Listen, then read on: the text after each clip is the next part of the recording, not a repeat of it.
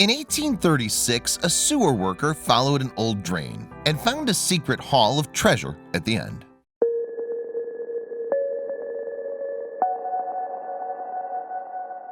But before we start, please make sure to subscribe to Did You Know and hit the bell so you never miss an upload from us. Also, leave a like right now.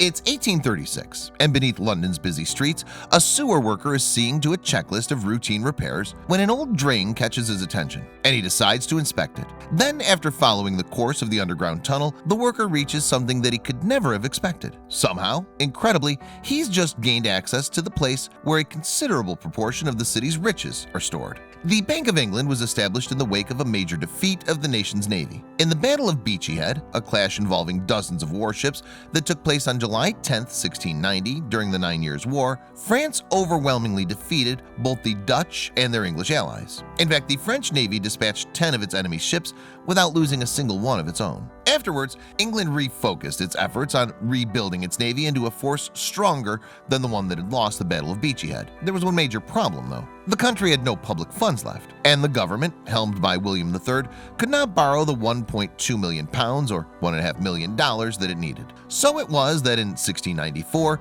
to get the necessary money, the government brought the Bank of England into being. Lenders would pay into the bank with cash, and they'd receive banknotes against government bonds. And within less than 2 weeks, William III had raised the £1.2 million necessary to strengthen the country's navy. The foundation of the Bank of England proved to be a major turning point for the country. With the loan secured, England could fund all the industries required to bulk up its navy. This initiative included boosting the country's agriculture sector and setting up ironworks, which provided materials used for building the ships. The kingdoms of England and Scotland then unified in 1707 to become the Kingdom of Great Britain. And with a healthy bank and a booming industry, this newly formed state became exceptionally powerful. Indeed, William III's strengthened navy fought to make Great Britain a principal player on the global stage in the 19th century. The Bank of England, for its part, changed hands when it became a nationalized organization back in 1946, and later in 1998, it transformed once again, this time into an independent public organization. The more recent change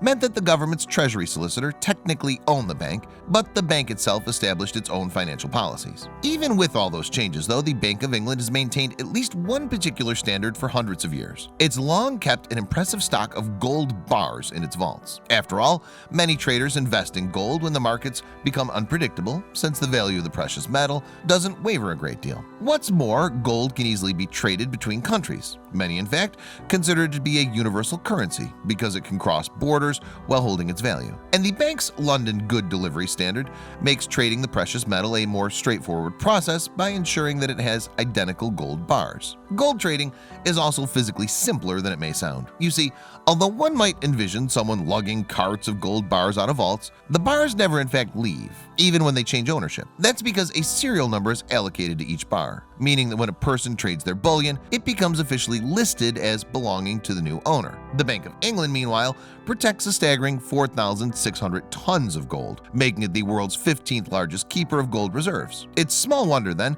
that the stockpile is worth a considerable sum. The gold bars apparently boast a value of approximately £156 billion, and about half the precious metal is hoarded in vaults that lie just below the bustling capital city. The Bank of England actually moved to London's Threadneedle Street back in 1734, and it's remained in the same location ever since. Nowadays, the nearby Bank Underground Station is among the capital's 10 busiest, and particularly with such a central location, the financial institution needs plenty of security measures to protect its assets. In 2013, the Bank of England released a fascinating app that allowed users to take a virtual tour of its gold vaults.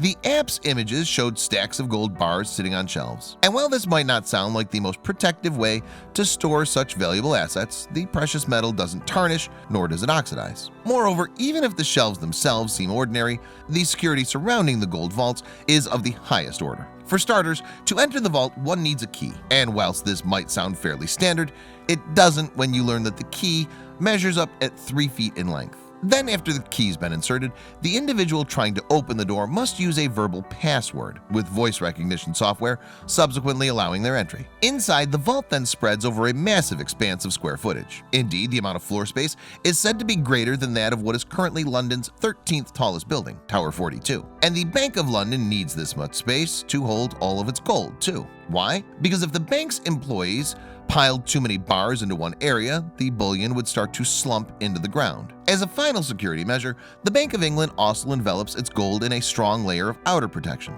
The vaults have walls that are each 8 feet thick. In fact, some say that the walls are actually bomb-proof, as the bank's workers found refuge in the vaults during World War II air raids, when the Germans dropped explosives on the English capital. Either way, though, it's clear that the Bank of England prides itself on its level of security. So much so, in fact, that in 1973 the institution got rid of the brigade of guard soldiers who used to patrol and protect the building at night. The financial organization also claims that ever since its foundation in 1694, it has never been the victim of a robbery. However, there's a rumor that's almost to the contrary that the Bank of England can't seem to shake. And it supposedly all started when a letter appeared for the attention of the financial institution's directors in 1836. It appears that the anonymous author behind the message said that they had figured out a way into the bank's gold vault. The directors, though, apparently laughed off the letter as a joke. After all, the Bank of England's security would surely make it impossible for a non-employee to enter the vaults. But it's said that the author of the message then proved how serious they were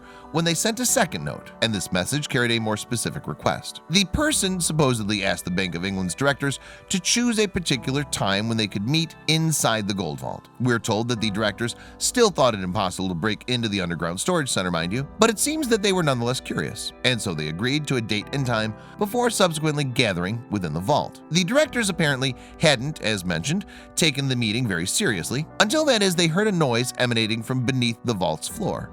Then, as the officials stood there, the story goes that the planks moved to reveal a man clambering inside. The man supposedly then climbed into the vault and proved that he had indeed been able to infiltrate it despite the security measures. The man then reportedly told the Bank of England's directors that he'd been carrying out sewer repairs near the institution on Threadneedle Street. And it appears that when he'd performed his regular inspection of the city's underground plumbing, he'd found an old drain that caught his interest. So it was that the worker had apparently followed the subterranean tunnel and realized that he was standing right beneath the Bank of England's precious gold vault. On top of finding the vault, the man also, it seems, realized that he could get inside. And it's said that his discovery, understandably, shocked the directors who were stood with him underground. They had, after all, thought their carefully crafted security system would prevent any such entry. So as the story goes, the bank's directors realized that they had a major problem. Given that there was an access point to the vault, had any of the gold gone missing? The directors therefore apparently took stock of the bars, and were no doubt relieved when they realized that every single piece remained in place. This was, moreover, despite the fact that the story's sewer worker had had more than enough opportunity to take some bullion for himself. And for that, as rumor has it, the Bank of England directors decided to reward the man for his honesty. They supposedly gave him a handsome gift of £800, or about $1,000, which would be equivalent to about £90,000, or $115,000 in today's money. This would therefore have been a very large amount of money for our sewer worker, enough perhaps to change his life. But here's the thing. Even though this account is pretty widely known, there's no suggestion of who the honest man really was. Indeed, the Bank of England has no actual record of handing the money over to him. And as a result, the story is regarded as just that, a story. The Bank of England features the tale on its website, but it's marked as a rumor. There could, however, yet be some truth to the tale. For one thing, it's possible that the Bank of England didn't record the incident for fear of admitting to a security snafu. And on top of that, it's known that construction works had actually taken place near the Bank of England around that same time as the man had supposedly happened upon the old drain. If the rumors are true, it's also safe to assume that the Bank of England has since sealed the secret entrance point, so the only way to get inside the building now is if you work there or you want to exchange an outdated Bank of England bill. Otherwise, visitors can learn more about the long-standing financial institution through the Bank of England Museum. But let's broaden our focus a bit. Since 1836, people have, after all, infiltrated vaults in far more brazen and far more lucrative ways. For instance, in 2015, 3 apparently unassuming elderly men named Daniel Johns, Terry Perkins, and John Collins would regularly convene at the Castle, a pub in the Islington area of North London. And the group's meetups, however innocent they may have seemed from the outside, actually had a devious purpose. You see, in the 3 years prior to their get-togethers at the castle, Jones had reportedly spent tons of time online researching drills. Specifically, drills strong enough to penetrate the wall of a well-protected vault. And once Jones' meeting with Perkins and Collins had begun, so too did some strange incidents in London's Hatton Garden. This commercial zone is widely known as the capital's jewelry hub, as well as the center of the United Kingdom's diamond industry. Nowadays, in fact, there are more than 55 stores in the area that are dedicated to the sale of jewels. In January 2015, though, one jeweler started to feel uneasy while at work. According to The Independent, Lionel Whiffen sensed that individuals sat in parked vehicles around the area were watching him work at 88-290 Hatton Garden. And 2 months later, someone calling at the building also experienced an unusual incident. To wit, a woman waiting for the elevator there noted that it was taking a long time to arrive. And when it did, it seemed that the doors opened up to reveal an older man in work overalls and with tools all around him. The man apparently smiled at the woman because she could not get into an elevator with so many tools in the space. On April 7th of that same year, however, all these suspicious signs would begin to make sense. On that day, security guards arrived at the safe deposit at 8890 Hatton Garden to find that its contents had been emptied. And at first, the authorities couldn't find any visible signs of forced entry. Then, however, the authorities realized that the burglars had used a drill to cut through the vault's 20-inch thick walls. The thieves had been able to reach the safe deposit area after entering through the building's elevator shaft. And this was a particularly interesting detail given the report of the maintenance man who had blocked the woman from using the elevator just a week prior. Fortunately, police did have some closed-circuit television footage of the men who had allegedly broken into the safe deposit. And so, without knowing their real identities, the media handed out nicknames to the suspected men. They called them Mr. Ginger, Mr. Montana, Mr. Strong, the Tall Man, the Gent, and the Old Man. After the heist, Jones, Perkins, and Collins continued to convene at the castle, and not just for beer. To the contrary, the trio had business to discuss. They'd planned the heist at the Islington pub, and with the job now completed, they presumably had to figure out how they'd sell their stolen goods without police detection. Unbeknownst to the perpetrators, though, the police had already picked up their scent. Officers therefore watched the trio as they met at the castle to discuss their private business. Then, so it was that the authorities soon had Collins and Perkins' vehicles bugged, and they heard as the men bragged about their burglary, supposedly the biggest in England's history. Police then eventually descended upon the workshop of a fourth conspirator named Hugh Doyle, and there they found bins full of stolen jewels. Officers even discovered 2 bags full of gems hidden beneath headstones on the graves of Jones' partners' family members. This was thus more than enough evidence for the police to arrest Jones, Collins, Perkins, Doyle, and 5 others for their involvement in the crime.